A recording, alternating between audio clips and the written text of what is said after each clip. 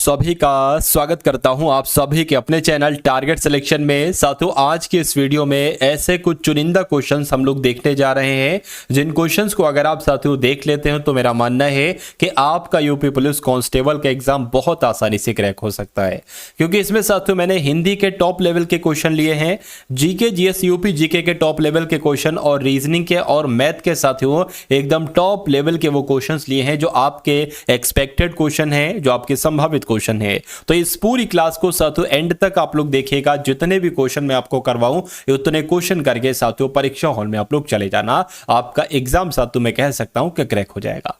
पहला सवाल है साथियों कि देखिए, नैसर्गिक का विलोम आपसे पूछा जा रहा है। नैसर्गिक का साथियों मतलब क्या होता है बताइए, ठीक है ना। नैसर्गिक की अगर बात करते हैं साथियों, नैसर्गिक का विलोम आपका क्या हो जाएगा, कृत्रिम हो जाएगा। नैसर्गिक को कहते हैं साथियों एक तरीके से प्राकृतिक यानी कि नेचुरल। तो प्राकृतिक का विलोम क्या होता है साथियों, कृत्रिम होता है यानी कि आर्टिफिशियल होता है। तो जिनका आंसर यहां पर है ऑप्शन नंबर डी के साथ, मैं कहूंगा कि आंसर आपका बिल्कुल करेक्ट है।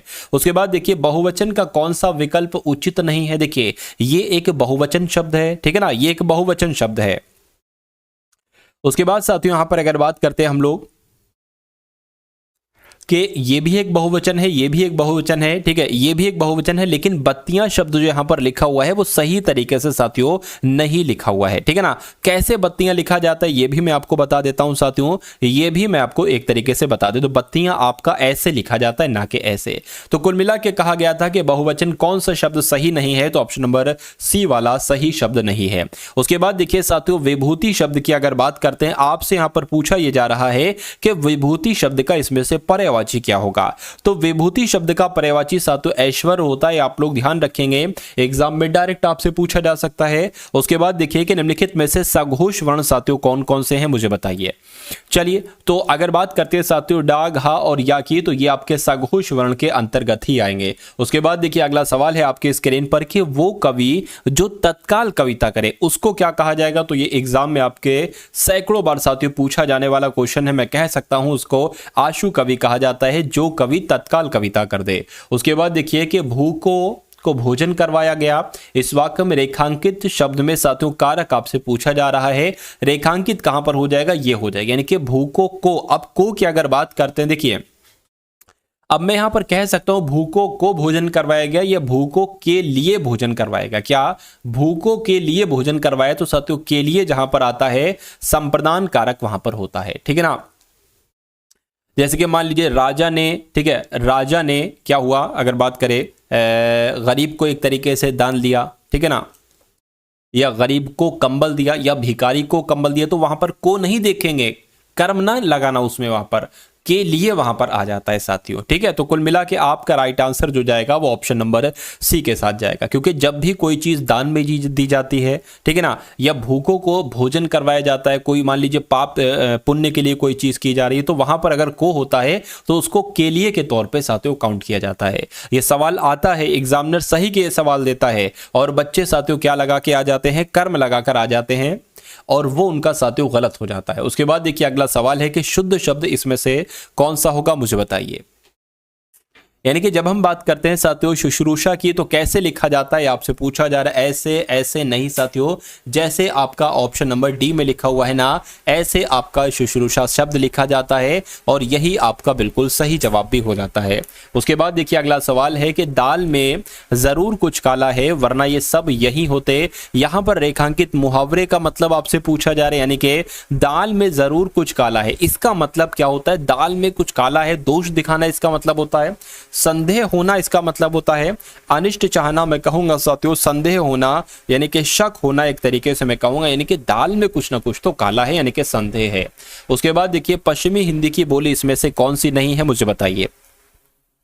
चलिए, तो अगर बात करते हैं साथियों यहां पर पश्चिमी हिंदी की बोली कौरवी है, खड़ी बोली है, कन्नौजी है, लेकिन अवधि नहीं है, ठीक है ना, अवधि नहीं है, तो यही आपका राइट आंसर है। उसके बाद देखिए अव्ययी भाव समास का उदाहरण इसमें से कौन सा है, मुझे बताइए। देखिए मैं आपको बता चुका हूं कि अगर किसी शब्द का पहला पद आपको यथा देखने को मिले तो वहां पर अव्ययी भाव समास होगा, किसी शब्द का पहला पद अगर आपको भर देखने को मिले तो वहां पर अव्ययी भाव समास होगा, या किसी शब्द का पहला पद आपको प्रति देखने को मिले तो वहां पर भी अव्ययी भाव समास होगा। तो मैं कह सकता हूं इन सभी शब्दों में अव्ययी भाव समास ही हो जाएगा। चलिए, उसके बाद देखिए निम्नलिखित प्रश्न में क्रिया का भेद आपसे पूछा जा रहा है। चलिए अगर बात करें साथियों, एक वाक्य आपके सामने है कि वह बीच में ही बोल उठा, इसमें क्रिया आपको बताना है साथियों कैसी है, बताइए। देखिए बोल उठा, दो क्रिया आ रही हैं, तो मैं कह सकता हूं साथियों यहां पर संयुक्त क्रिया आपका हो जाएगा और यही आपका बिल्कुल सही जवाब भी हो जाता है। उसके बाद देखिए खाली जगह आपको यहां पर भरना है कि कैंसर रोग बड़ा दुस्साध्य है, ये आना चाहिए, या दुर्साध्य है ये आना चाहिए, या दुस्साध्य ऐसे आना चाहिए, ये आना चाहिए। मैं कह सकता हूं साथियों जो सही तरीके से यहां पर लिखा हुआ है वो ऑप्शन नंबर सी में लिखा हुआ है, यानी कि कैंसर रोग बड़ा दुस्साध्य है, जैसे ऑप्शन नंबर सी में लिखा हुआ ऐसे साथियों लिखा जाता है। उसके बाद देखिए अगला सवाल है कि वाह का उच्चारण स्थान क्या है, मुझे बताइए। देखिए वाह की अगर बात करते हैं तो वाह तो साथियों दंतुष्ट के अंतर्गत आता है, ठीक है ना। ये सवाल आपसे बहुत पूछा जाता है, तो जो मैंने आपको साथियों बताया है वो आप सभी लोगों को याद रखना है। अगला सवाल देखिए साथियों आपके स्क्रीन पर है कि पटल का तद्भव रूप क्या होगा, बताइए। देखिए अगर बात करते हैं कि पलड़ा आप कहते होगे, ये तो तद्भव शब्द है, लेकिन इसका तत्सम क्या हो जाएगा साथियों, पटल शब्द हो जाएगा। यानी कि पलड़े को क्या कहा जाता है, तत्सम के रूप में पटल कहा जाता है। चलिए उसके बाद देखिए अगला सवाल है कि लगातार बारिश हो रही है, इस वाक्य में आपको बताने के विशेषण कौन सा है, बताइए। चलिए विशेषण की अगर बात करें इसमें साथियों क्या आपका सही जवाब हो जाएगा, बताइए। चलिए तो इसमें अगर बात करते हैं साथियों क्रिया विशेषण हो जाएगा, यानी कि आपका राइट आंसर जो जाएगा वो किस ऑप्शन के साथ जाएगा, वो ऑप्शन नंबर 4 के साथ जाएगा।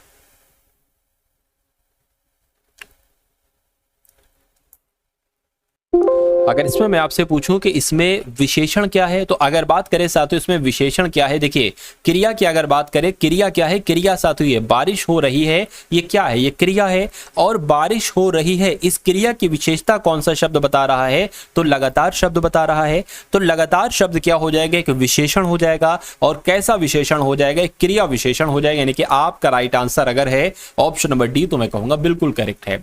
इनमें से कौन सा विकल्प सुमेलित नहीं, आपसे पूछा जा रहा है, बहुत टॉप लेवल का क्वेश्चन है साथियों, बहुत ध्यान से आप लोग देखिएगा। देखिए यहां पर अगर बात करें खाने की इच्छा क्या बुभुक्षा कहते हैं, बिल्कुल साथियों कहते हैं। जिसे मोक्ष की कामना हो, क्या लिखा हो, जिसे मोक्ष की कामना हो, क्या उसको साथियों युयुत्सु कहते हैं, मैं कहूंगा नहीं साथियों, उसको क्या कहा जाता है, उसको मुमुक्षु कहा जाता है। यह बात आप लोग ध्यान रखेंगे, जिसे मोक्ष की कामना उसे मुमुक्षु कहा जाता है। उसके अलावा कम खर्च करने वाले को क्या मितव्ययी कहा जाता है, मैं कहूंगा हाँ। बचपन और जवानी की उम्र के बीच की संधि एक तरीके से वह संधि कहलाई जाती है, मैं कहूंगा हाँ।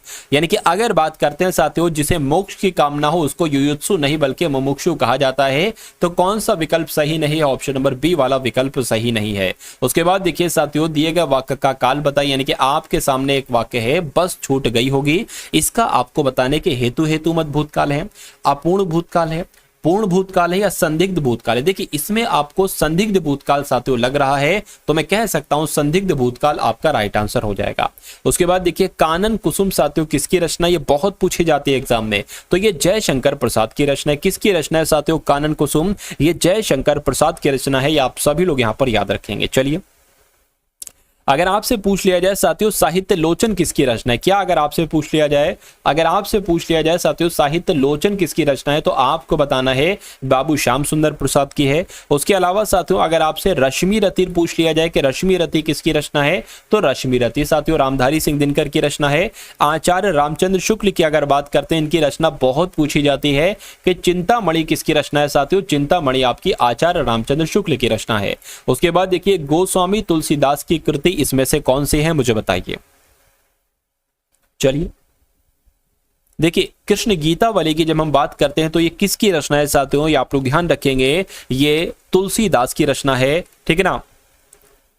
तो कुल मिला के आपका राइट आंसर यहां पर जो जाएगा वो किस ऑप्शन के साथ जाएगा, वो ऑप्शन नंबर डी के साथ जाएगा। चलिए उसके बाद देखिए अगला सवाल है, इसमें थोड़ी सी दिक्कत लग रही है इसलिए स्किप कर देंगे। उसके बाद देखिए अगला सवाल है आपसे पूछा यहां पर जा रहा है, ठीक है ना, कि उचित विकल्प का जोड़ा कौन सा है, यानी कि जो आपको सही लग रहा है वो जोड़ा आपको बताना है। चलिए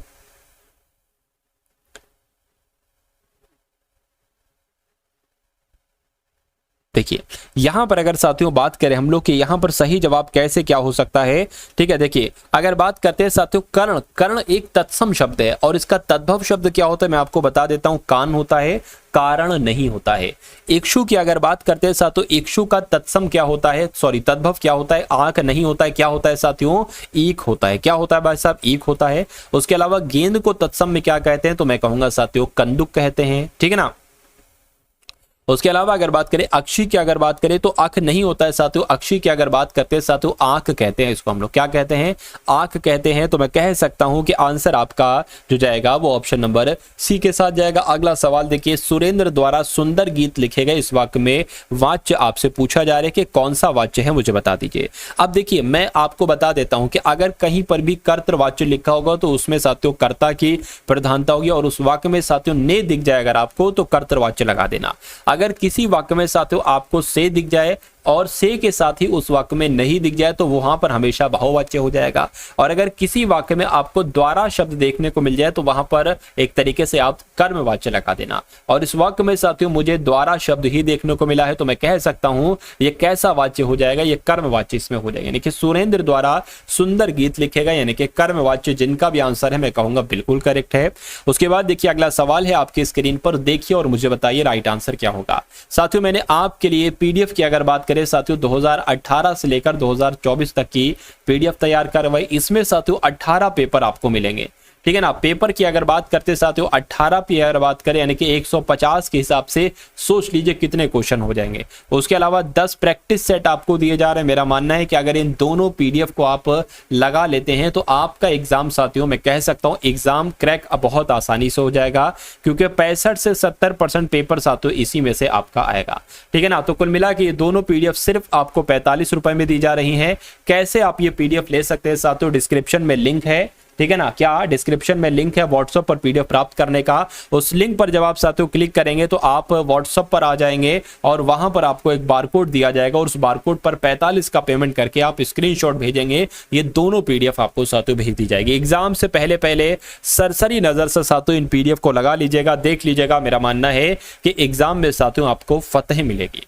अगर बात करें साथियों अयादी स्वर संधि, इसमें से किस शब्द में जो है ना अयादी स्वर संधि है, मुझे बताइए। देखिए अयादी स्वर संधि जो है ना वो पावन शब्द में है। क्या पावन शब्द की अगर बात करते हैं साथियों इसमें अयादी संधि हो जाएगी, ये बात आप लोग ध्यान रखेंगे। अगर इसकी संधि विच्छेद की बात करेंगे साथियों क्या हो जाएगी, पौ धन अन हो जाएगी। तो ये भी आपको याद रखना है, आपसे एग्जाम में पूछा जा सकता है। चलिए उसके बाद देखिए अगला सवाल है कि इनमें से कौन सी रचना साहित्य अकादमी पुरस्कार से सम्मानित है, बताइए। चलिए देखिए राग दरबारी उपन्यास की अगर बात करते हैं तो आप लोग ध्यान रखेंगे साथियों ये किसकी रचना है, तो ये श्रीलाल शुक्ल की रचना है। ये किसकी रचना है साथियों, ये श्रीलाल शुक्ल की रचना है। और श्रीलाल शुक्ल को साथियों इस रचना पर साहित्य अकादमी पुरस्कार दिया गया था। तो ये दो चीजें आप लोग ध्यान रखेंगे, कौन सी रचना है, किसकी है और इसके लिए साहित्य अकादमी पुरस्कार दिया गया था। उसके बाद देखिए अगला सवाल है आपकी स्क्रीन पर साथियों कि निपात का प्रयोग कहां पर होता है, मुझे बताइए।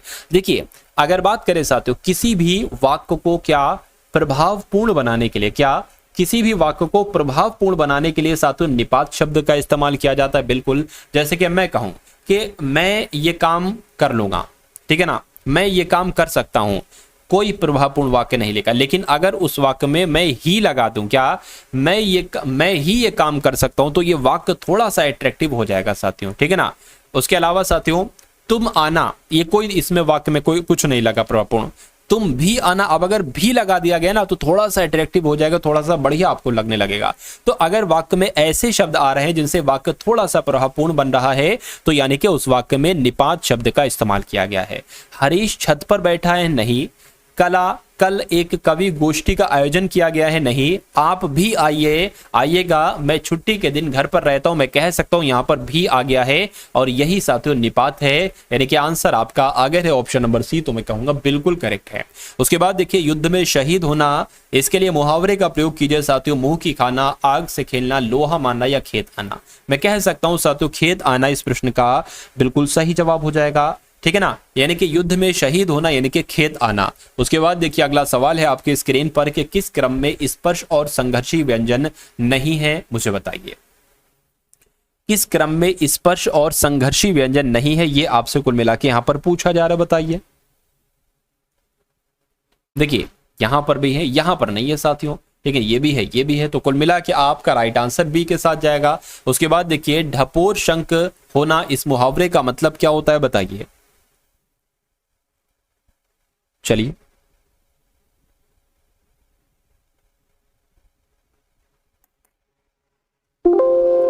ढपोरशंख होने का मतलब हो जाएगा बातूनी, यानी कि बातें करने वाला, ज्यादा बातें करने वाला किंतु आक्रमण। ये आपका साथियों बिल्कुल सही जवाब हो जाएगा। इनके सबसे सटीक यहाँ पर आंसर ऑप्शन नंबर बी के साथ जाएगा। उसके बाद देखिए निम्नलिखित काव्य पंक्ति में रस आपसे पूछा जा रहा है कि यहाँ पर साथियों रस कौन सा। देखिए बहुत ध्यान से पढ़िएगा। मधुबन तुम कत रहित खरे, विरह वियोग श्याम सुंदर के ठाड़े क्यों न जरे। तो साथियों यहां पर अगर बात करें प्रेम और प्रेमिका के बीच बातचीत चल रही है साथियों, कुछ ऐसा लग रहा है, ठीक है ना। तो यहां पर आपका श्रृंगार रस हो जाएगा और यही आपका क्या होगा, बिल्कुल सही जवाब हो जाता है। उसके बाद देखिए पंक्तियों में, ठीक है ना, रचना के अनुसार अलंकार आपसे कुल मिला के पूछा जा रहा है, बताइए। देखिए देख लो साकेत नगरी है, यही स्वर्ग से मिलने गगन में जा रही। मतलब अब यहाँ पर बहुत ज्यादा चढ़ा बढ़ाकर बात कही दी गई, ध्यान रखिएगा। देख लो साकेत नगरी है ये, और ये साकेत नगरी स्वर्ग से मिलने जा रही है गगन में। कितनी बढ़ा चढ़ाकर बात की गई है, और जहां पर बढ़ा चढ़ाकर बात की जाती है वहां पर आपका अतिशोक्ति अलंकार होता है।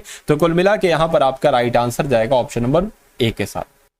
तो अब साथियों यहाँ पर आप लोग सामान्य ज्ञान के क्वेश्चंस देखेंगे, ठीक है ना। तो सभी सामान्य ज्ञान के क्वेश्चंस देखिएगा, क्योंकि यहाँ से कई सारे क्वेश्चंस आपको आपके रियल एग्जाम में देखने को मिलेंगे। देखिए राजा पुलकेशिन द्वितीय निम्नलिखित में से किस राजवंश के थे। तो ये तो साथियों चालुक्य राजवंश के थे, ये आप लोग ध्यान रखिएगा, चालुक्य राजवंश के थे जिनका नाम था पुलकेशिन द्वितीय। उसके बाद देखिए अगला सवाल है साथियों कि केंद्रक झिल्ली के साथ सुव्यवस्थित केंद्रक वाली कोशिकाओं को किसके रूप में नामित किया गया है। तो साथियों यूके, ठीक है ना, यूकैरियोटिक कोशिकाओं के रूप में नामित किया गया है। ये डिक्टो सवाल आएगा और ये डिक्टो जवाब आएगा, इन्हें के आंसर आप लोग ध्यान रखेंगे यूकैरियोटिक कोशिकाएं हो जाएंगी। यानी कि जो केंद्रक झिल्ली के साथ सुव्यवस्थित केंद्रक वाली कोशिकाओं को किस रूप में नामित किया गया है, यूकैरियोटिक कोशिकाओं के रूप में नामित किया गया है। उसके बाद देखिए भारतीय दिवाला और दिवालियापन बोर्ड, इसके कार्यकारी निदेशक का साथियों कार्यभार किसने संभाला है, मुझे बताइए।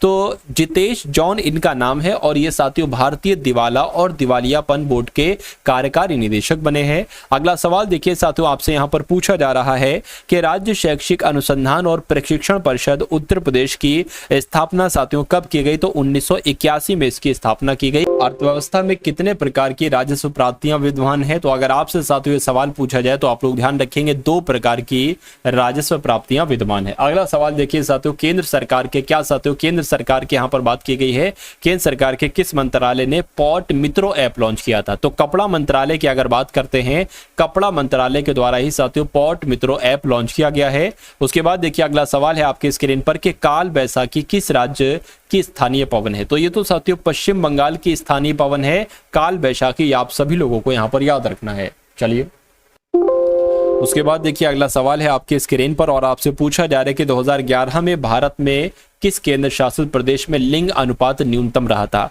तो किसकी बात चल रही है साथियों, दमन एवं दीव की बात चल रही है। यहाँ पर 2011 की जनगणना के अनुसार साथियों लिंग अनुपात न्यूनतम रहा था। उसके बाद देखिए अगला सवाल है कि भारत में राष्ट्रीय सांख्यिकी दिवस कब मनाया जाता है। तो राष्ट्रीय सांख्यिकी दिवस की अगर बात करते हैं साथियों 29 जून को राष्ट्रीय सांख्यिकी दिवस मनाया जाता है। अगला सवाल देखिए राज्य आपदा प्रबंधन विभाग निम्नलिखित में से किस विभाग के अधीन कार्य करता है। तो यहाँ पर अगर बात करें साथियों राजस्व विभाग के अधीन कार्य करता है, ये आप सभी लोग यहां पर याद रखेंगे। चलिए ठीक है। उसके बाद देखिए अगला सवाल है कि मुद्रा की इकाई दीनार का प्रयोग किया जाता है। तो मुद्रा की इकाई दीनार का प्रयोग कहां पर किया जाता है, इराक में किया जाता है, ये आप लोग ध्यान रखेंगे। यानी कि दीनार जो मुद्रा है वो कहां की है, वो इराक की है। उसके बाद देखिए अगला सवाल है कि म्यांमार निम्नलिखित में से किस राज्य के साथ अपनी सीमा साझा नहीं करता है, बताइए। चलिए तो देखिए नागालैंड के साथ करता है, मणिपुर के साथ करता है, मिजोरम के साथ करता है, लेकिन सिक्किम के साथ नहीं करता है। अब नहीं करता है तो यही आपका बिल्कुल सही जवाब हो जाता है। उसके बाद देखिए अगला सवाल है आपकी स्क्रीन पर, मुझे बताइए कि निम्नलिखित में से दोहरी नियंत्रण संरचना वाला एकमात्र अर्धसैनिक बल कौन सा है, बताइए। तो कौन सा है साथियों, असम राइफल है। आप सभी लोग यहाँ पर याद रखेंगे साथियों, जितने भी मैं आपको चीजें करवा रहा हूँ साथियों, वो आप सभी लोगों को तैयार कर लेना है। जिन क्वेश्चन को मैं आपको करवा रहा हूँ वो सबसे इंपॉर्टेंट, सबसे मोस्ट इंपॉर्टेंट क्वेश्चन है और उनके आने की समझ लीजिए पूरी संभावना है आपके एग्जाम में। उसके बाद देखिए हिंद स्वराज या इंडियन होम रूल लुक कहे निम्नलिखित में से किस स्वतंत्रता सेनानी के द्वारा लिखी गई है। तो ये तो महात्मा गांधी जी के द्वारा साथियों लिखी गई है। राइट आंसर आपका जो जाएगा वो ऑप्शन नंबर बी के साथ जाएगा। अब उसके बाद देखिए अगला सवाल है कि भारत के उत्तर प्रदेश में जो यमुना एक्सप्रेसवे परियोजना है इसका नाम पहले क्या था। तो इसका नाम पहले ताज एक्सप्रेस था। क्या इसका नाम था साथियों, इसका नाम पहले ताज एक्सप्रेस था, ये आप सभी लोग याद रखेंगे। उसके बाद देखिए सजीव वस्तुएं किसके जैविक घटक का निर्माण है। तो साथियों सजीव वस्तुएं जो है वो जैव मंडल के जैविक घटक का निर्माण है। राइट आंसर आपका जाएगा बी के साथ। अगला सवाल देखिए कि रॉ हिटमैन पुस्तक के लेखक कौन है।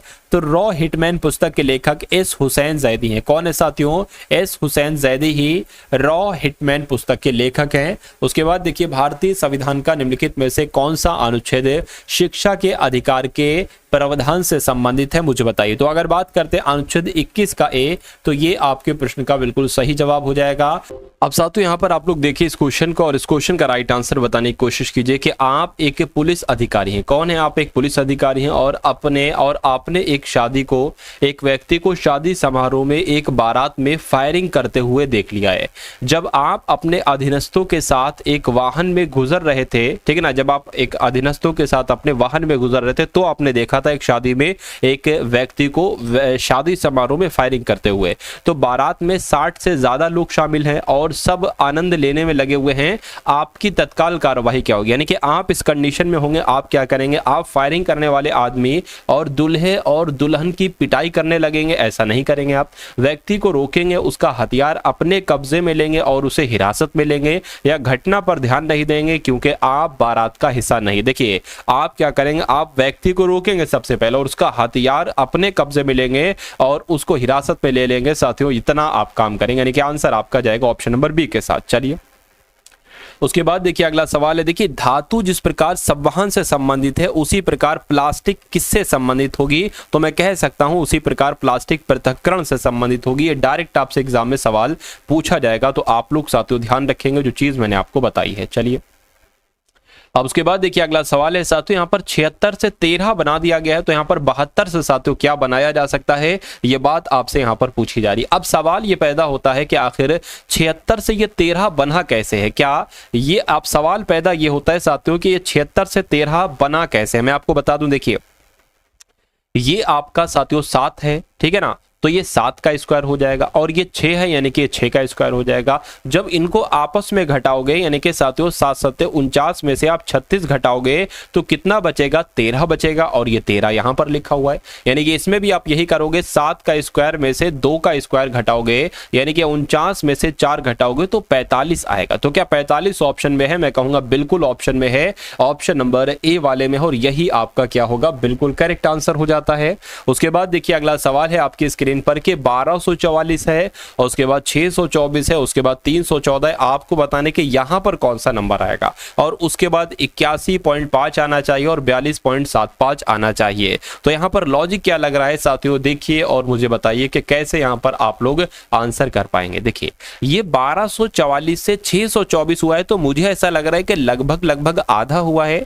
अगर इसका आधा करेंगे ना, देखिए 1244 का आधा करेंगे तो 622 आएगा, ठीक है, ये है 624। यानी कि साथियों देखिए पहले तो आधा किया गया है और फिर उसमें साथियों क्या 2 जोड़ दिया गया है, ठीक है ना। अरे भाई 622 आया, 1244 का आधा करके 2 जोड़ दिया गया है। 624 का लगभग आधा ही ये है। इसमें भी हम क्या करेंगे, पहले तो इसका आधा करेंगे और फिर साथियों हम 2 जोड़ देंगे, ठीक है ना, ठीक है। चलिए तो अगर बात करें साथियों, देखिए मैं आपको करके दिखा देता हूं। 624 का आधा करेंगे तो 3 1 2 312 आ जाएगा, 2 जोड़ दिया 314 आ गया। अब इसमें भी साथियों यही करना होगा। देखिए पहले 2 से भाग दीजिए, 2 एकम 2, 2 पंजे 10, 2 सत्ते 14। अब इसमें 2 जोड़ दीजिए, क्या आ जाएगा 159 आ जाएगा। और 159 आपका ऑप्शन में भी है और यही आपका क्या है, बिल्कुल करेक्ट आंसर है भाई। बहुत बढ़िया, वेरी गुड क्लास। चलिए साथियों अब उसके बाद देखिए अगला सवाल है, आपकी स्क्रीन पर देखिए और मुझे बताइए कि आपका राइट आंसर यहां पर किस ऑप्शन के साथ जाएगा। चलिए साथियों, अगर आपने अभी तक इस वीडियो को लाइक नहीं किया तो तुरंत साथियों इस वीडियो को लाइक कर दीजिए। अगर आपने वीडियो को शेयर नहीं किया तो तुरंत साथियों इस वीडियो को एक बार शेयर भी आप लोग अवश्य कर दीजिएगा, ठीक है ना। अब साथियों इस क्वेश्चन की अगर हम लोग बात करते हैं, लिखा हुआ है यहाँ पर कि आपको विषम बताना है। सबसे विषम कौन सा है मुझे बताइए, जड़ी बूटी, वृक्ष, झाड़ी या जड़। जड़ की अगर बात करते हैं साथियों, जड़ आपका यहाँ पर सबसे अलग हो जाएगा। क्या सबसे अलग क्या हो जाएगा साथियों, जड़ हो जाएगा। अगला, अब इस क्वेश्चन को देखिए और बताइए कि इसमें से सबसे अलग सबसे विषम कौन सा है। देखिए अगर बात करते हैं यहाँ पर हिमनद, पठार, ठीक है ना, घाटी, पठार, हिमनद या पहाड़ी, सबसे अलग की अगर बात करते हैं तो आपको सबसे बताने की यहाँ पर सबसे विषम कौन सा है। देखिए अगर हिमनद की बात करते हैं ना तो हिमनद साथियों यहाँ पर सबसे विषम हो जाएगा। क्यों विषम हो जाएगा, क्योंकि ये कि बर्फ का पिंड होता है, बाकी कोई बर्फ का पिंड नहीं होता है, ठीक है। उसके बाद देखिए अगला सवाल है आपके स्क्रीन पर, यहाँ पर देखिए और मुझे बताइए कि देखिए SPEAKER यानी कि स्पीकर को साथियों क्या क्या लिखा जाता है, 2 6 1 3 5 1 7, यानी कि हो सकता हो S का कोड 2 हो, P का कोड 6 हो, इसी प्रकार R का कोड क्या हो 7 हो। उसी प्रकार यहाँ पर साथियों टैकल के कोड यहाँ पर लिखे हो तो आपसे पूछा जा रहा है PAA PEA CE का कोड क्या होगा। अब देखिए P यहाँ पर लिखा है तो देखिए यहाँ कहीं पर P लिखा है तो P ये लिखा है, इसका कोड क्या है साथियों 6 है, तो यहाँ पर साथियों 6 आ जाएगा। क्या 6 ऑप्शन में, बिल्कुल इसमें है, इसमें है और इसमें है। अब जरा अंत वाला चेक कीजिए, ई कहाँ पर लिखा हुआ है, ई आपका ये लिखा हुआ है यानी कि 1 हो जाएगा, तो 1 आ जाएगा। 1 कहाँ पर है साथियों, 1 तो ये है, 1 ये तो यही, यानी कि ये आंसर नहीं हो सकता और ये आंसर नहीं हो सकता।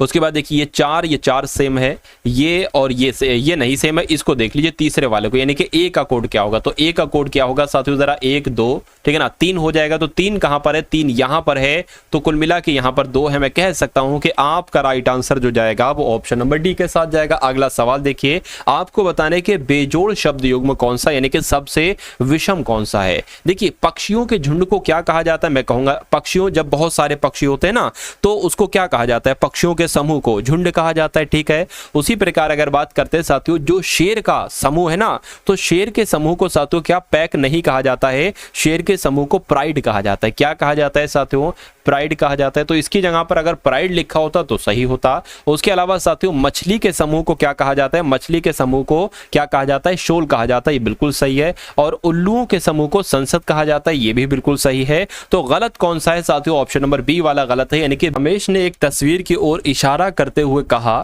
कि वह मेरे नाना जी की एकमात्र पुत्री, क्या लिखा हुआ, मेरे नाना जी की एकमात्र पुत्री का सबसे छोटा पुत्र तस्वीर में दिख रहा व्यक्ति रमेश से किस प्रकार संबंधित है।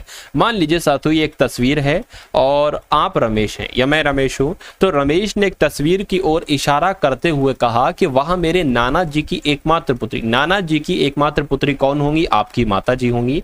माता जी का सबसे छोटा पुत्र कौन होगा साथियों, या हो सकता हो आप हो वो सबसे छोटे पुत्र, या हो सकता हो आपका कोई भाई हो, ठीक है, जो सबसे छोटा हो आप बड़े हो। तो कहने के तस्वीर में दिख रहा व्यक्ति रमेश से किस प्रकार संबंधित है। या देखिए हो सकता हो वो आप हो, यानी कि आप अपने खुद की बात कर रहे हैं, तो यहां पर ऐसा कोई ऑप्शन नहीं है कि आप खुद हो, ठीक है ना। और ये भी ऐसा ऑप्शन नहीं है कि आपका छोटा भाई है वो, ऐसा कोई ऑप्शन नहीं है। तो मैं कह सकता हूं कि इनमें से कोई नहीं, ये आपका बिल्कुल सही जवाब हो जाता है। चलिए उसके बाद देखिए अगला सवाल है आपकी स्क्रीन पर, देखिए और बताइए सही जवाब क्या हो सकता है। यहां पर लिखा है सबसे विषम सबसे भिन्न, आपको बताना है कौन सा यहां पर सबसे अलग हो जाएगा, मुझे बताइए।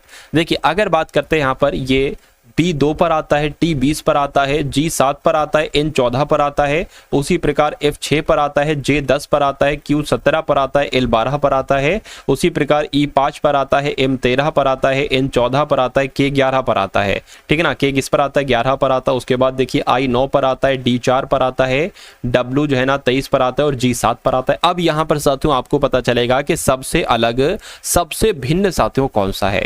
चलिए अब यहाँ पर अगर बात करते हैं, अब यहाँ पर अगर बात करें देखिए साथ, तो इन सबको जरा जोड़िए तो कितना आ जाएगा, 9 और 4 13 हो जाएगा, 13 7 20 हो जाएगा, 20 और 23 साथियों 43 हो जाएगा, यहाँ पर 43 आ गए। इसको जोड़िए, इसको अगर जोड़े साथियों 13 और 14 कितना हो जाएगा, 27 हो जाएगा, 27 और ये 38 हो जाएगा, 38 और 5 कितना हो जाएगा, 43 हो जाएगा। यानी कि इसको जोड़ा तब भी 43 आया, इसको जोड़ा तब भी 43 आया, इसको जरा जोड़िए तो ये आपका कितना हो जाएगा, 16 हो जाएगा, 16 और 12 28 हो जाएगा, 28 और 10 कितना होता है, 38 होता है, और 7 कितना होता है साथियों, ठीक है ना, 38 और 7 तो 45 होते, तो यहाँ पर तो 45 आ रहा है। इसकी अगर बात करें साथियों, ठीक है ना, 20 और कितना हो जाएगा, एक तरह देखिए 21 हो जाएगा, ये दोनों 21 और 20 41 और ये 43 हो जाएगा। यानी कि यहाँ पर 43 आया, यहाँ पर योग 43 है, यहाँ पर आया, लेकिन यहाँ पर नहीं आया। तो सबसे अलग कौन सा होगा, मैं कहूँगा सबसे भिन्न सबसे विषम ऑप्शन नंबर बी वाला होगा, और यही आपका क्या होगा, बिल्कुल सही जवाब हो जाता है। उसके बाद देखिए, एक मानक घड़ी के लिए घंटे की सुई और मिनट की सुई के बीच का कोण क्या है जब घड़ी 1:20 समय दिखा रही है। तो यहां पर एक सूत्र लगेगा और उस सूत्र की मदद से साथियों आप सही जवाब तक पहुंच जाएंगे। वो सूत्र क्या है साथियों, वो सूत्र मैं आपको बता देता हूं, 11/2, ठीक है ना, 11/2 क्या आ जाएगा साथियों, मिनट आ जाएगा, ठीक है, -30 गुणा क्या आ जाएगा, घंटे आ जाएगा, ठीक है। तो 11/2 यहाँ पर आ जाएगा, मिनट कितने बात की गई है, 1:20 की बात की गई, तो 20 यहाँ पर आ जाएगा, -30 गुणा घंटे कितने, 1 घंटे की बात की गई, तो 1 यहाँ पर आ जाएगा। यानी कि ये हो जाएगा साथियों 5.5, जब 11 की 2 से भाग करेंगे, और ये हो जाएगा 20, ये हो जाएगा साथियों 30। आपको ये पता चलेगा कि इन दोनों घड़ी की सुइयों के बीच कितने डिग्री का कोण बनेगा, ये आपको साथियों मालूम पड़ जाएगा। अब देखिए 55 की अगर 2 से गुणा करते हैं तो कितना आता है, 55 की अगर 2 से गुणा करें, 5 दूना 10, 5 दूना 10 और 11 आ जाएगा। यानी कि 110 में से जब साथियों 30 घटेगा तो मैं कह सकता हूं 80 डिग्री आएगा, यानी कि 80 डिग्री का कोण बनेगा, और यही आपका क्या होगा, बिल्कुल करेक्ट आंसर हो जाता है। उसके बाद देखिए अगला सवाल है आपके स्क्रीन पर, मैं इसको थोड़ा सा बड़ा कर देता हूं, थोड़ा सा जूम कर देता हूं आपके लिए। चलिए,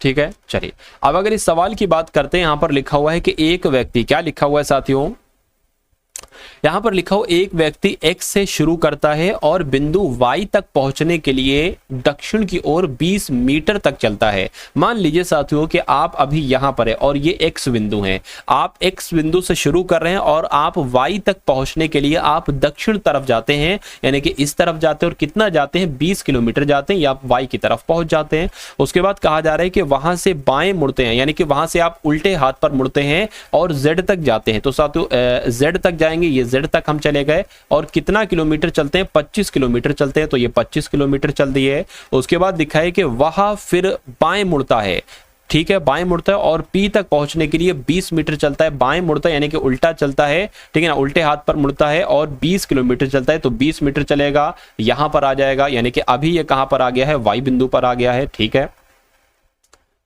क्या y नहीं कहा गया क्या, अच्छा P कहा गया है, तो P इसको कर दीजिए, इसको क्या कर दीजिए साथियों, इसको P कर दीजिए, P हो गया ये। तो P तक पहुंचने के लिए 20 मीटर चलता है। कह रहे कि x और z के बीच की लगभग न्यूनतम दूरी कितनी होगी, यानी कि z आपका ये है और x आपका ये है, इसके बीच की दूरी आपसे पूछी जा रही है कितनी होगी, तो ये हम बता देंगे। उसके बाद क्या लिखा है कि बिंदु x के संदर्भ में व्यक्ति की, यानी कि बिंदु x के संदर्भ में, ठीक है ना, व्यक्ति की अंतिम स्थिति क्या होगी, x के संदर्भ में व्यक्ति की अंतिम स्थिति साथियों क्या होगी, x के संदर्भ में, ठीक है ना, अंतिम स्थिति तो ये है साथियों, ठीक है।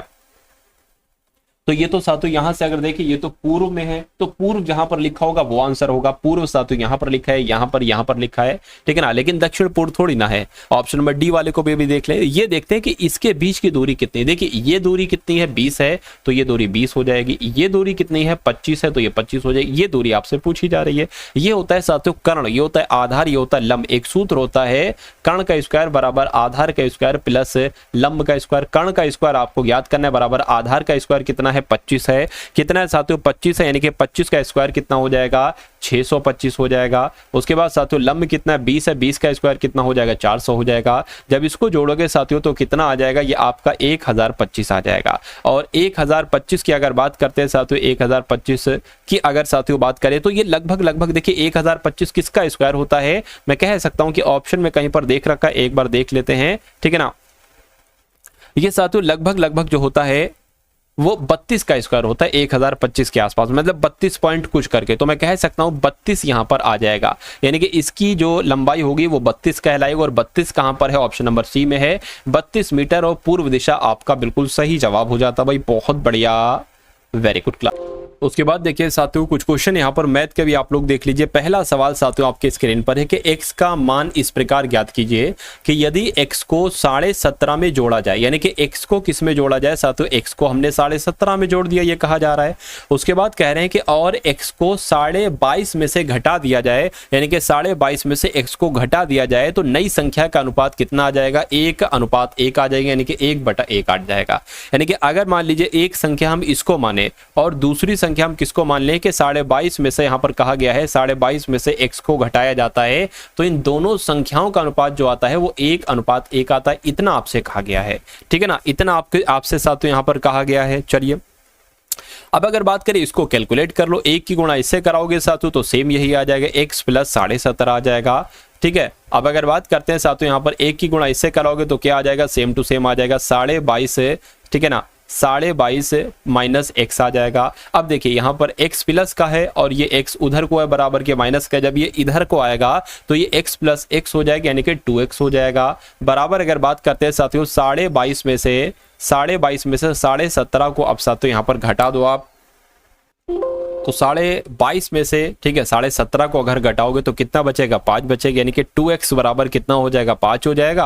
और x बराबर क्या हो जाएगा, 5/2 हो जाएगा। और इसको कट करेंगे साथियों तो 2.5 आ जाएगा, यानी कि 2.5 आ जाएगा। तो 2.5 कहां पर लिखा है, यानी कि x का मान आपसे पूछा गया था, x का मान साथियों 2.5 आ जाएगा, 2.5 आ जाएगा और यही आपका बिल्कुल करेक्ट आंसर हो जाता है। अब उसके बाद देखिए अगला सवाल है आपकी स्क्रीन पर साथियों, देखिए और मुझे बताइए कि आपका राइट आंसर यहाँ पर क्या होगा। देखिए कि 70 और 100 के बीच सभी अभाज्य संख्याओं का योग कितना होगा। अगर 70 और 100 के बीच अभाज्य संख्याओं की बात करें तो एक तो 71 ये आपका आ जाएगा, क्या एक अभाज्य संख्या आ जाएगी। उसके बाद साथियों 73 आ जाएगा, ठीक है ना। उसके बाद साथियों 79 आ जाएगा, ठीक है ना। उसके बाद साथियों क्या आ जाएगा, 83 आ जाएगा। उसके बाद 89 आ जाएगा और फिर साथियों 97 आ जाएगा, ठीक है। 97 के बाद क्या और कोई बनेगा, मेरे हिसाब से तो साथियों नहीं बनेगा। तो इसका योग कर लीजिए, क्या आ जाएगा साथियों, 1 और 9 10, 13 13 16, ठीक है ना। 16 अगर बात करें 25 25 और आपका कितना हो जाएगा साथियों, 32 हो जाएगा। 32 का 2 आ जाएगा, हासिल का 3 लग जाएगा। 10 और 17 या ऐसा कर लो साथियों 21 21 और आपका 24 24 आपका 34 बोलो तो 32 32 आपका, ठीक है ना, 40 आ जाएगा। 40 और 49 आ जाएगा। यानी कि मैं कह सकता हूं कि अगर 70 से लेके 100 के बीच सभी अभाज्य संख्याओं को देखें तो ये आएंगी और इनका योग क्या आएगा, 492 आएगा। और 492 कहां पर लिखा हुआ है, ऑप्शन नंबर ए में लिखा हुआ है। तो यही आपका बिल्कुल करेक्ट आंसर है भाई, बहुत बढ़िया, वेरी गुड क्लास। अब उसके बाद देखिए अगला सवाल है आपके स्क्रीन पर कि दो संख्याओं का महत्तम समापवर्तक और लघुत्तम समापवर्तक कितना है। यानी कि महत्तम समापवर्तक अगर 5 है तो लघुत्तम समापवर्तक 20 है। यानी कि यदि दो संख्या है और उनका अनुपात 1:4 है तो इन संख्याओं का गुणनफल क्या होगा। देखिए अगर कभी भी सवाल में आपको मासा दे रखा हो, क्या दे रखा हो, मासा दे रखा हो और संख्याओं का क्या, दोनों संख्याओं का अनुपात दे रखा हो, दोनों संख्याओं का अनुपात दे रखा हो, तो आप वो संख्या कैसे निकालेंगे पता। अगर मासा के साथ आप पहली संख्या का गुणनफल कराएंगे तो आपको पहली संख्या मिलेगी और मासा के साथ दूसरी संख्या के अनुपात का आप क्या गुणनफल गुणा कराएंगे तो आपको साथियों दूसरी संख्या मिलेगी।